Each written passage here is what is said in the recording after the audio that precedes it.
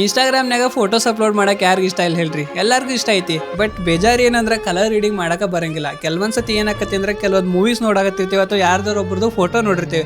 ಅವ್ರ ಫೋಟೋ ನೋಡಿದಾಗ ನಮಗೂ ಈ ಥರ ಕಲರ್ ರೀಡಿಂಗ್ ಮಾಡ್ಬೇಕು ಅಂತ ಆಸೆ ಇರ್ತೈತಿ. ಬಟ್ ಪ್ರಾಬ್ಲಮ್ ಏನಂದ್ರೆ ಕಲರ್ ರೀಡಿಂಗ್ ಮಾಡೋದು ಗೊತ್ತೇ ಇರಲ್ಲ. ಸಿಂಪಲ್ ನಾನು ಕಲರ್ ರೀಡಿಂಗ್ ಮಾಡೋದು ಹೆಂಗಂತ ಹೇಳ್ತೀನಿ, ಭಾಳ ಈಸಿ ಐತಿ. ಅದು ಕ್ಯಾಪ್ಕಟ್ ಹೆಲ್ಪ್ ಇಂದ ಒಂದ ಕ್ಲಿಕ್ ಒಳಗೆ ನೀವು ಕಲರ್ ರೀಡಿಂಗ್ ಮಾಡ್ಬೋದು. ಕ್ಯಾಪ್ಕಟ್ ಓಪನ್ ಮಾಡ್ಕೊಂಡು ನೀವು ಎಡಿಟ್ ಮಾಡ್ಬೇಕಾಗಿರೋ ಫೋಟೋ ಅಥವಾ ವಿಡಿಯೋನ ಚೂಸ್ ಮಾಡ್ಕರಿ. ಅದ್ರ ನೆಕ್ಸ್ಟ್ ಆ ಪ್ರಾಜೆಕ್ಟ್ ಮೇಲೆ ಕ್ಲಿಕ್ ಮಾಡಿದ್ರೆ ಇಲ್ಲಿ ಕೆಳಗೆ ಅಡ್ಜಸ್ಟ್ ಅಂತ ಒಂದು ಆಪ್ಷನ್ ಐತಿ.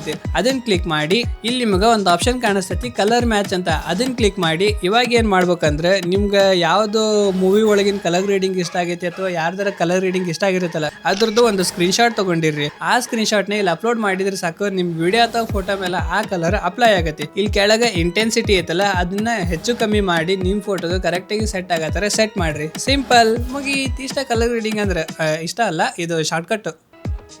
ಅಕಸ್ಮಾತ್ ನಿಮ್ಮ ಹತ್ರ ಕ್ಯಾಪ್ಕಟ್ ಇಲ್ಲ ಅಂದ್ರೆ ಡೋಂಟ್ ವರಿ, ಟೆಲಿಗ್ರಾಮ್ ಚಾನಲ್ ಒಳಗೆ ಕೊಟ್ಟೇನಿ. ಟೆಲಿಗ್ರಾಮ್ ಚಾನಲ್ ಲಿಂಕ್ ಬಯೋ ಒಳಗೆ ಕೊಟ್ಟೇನಿ. ಓಕೆನಾ?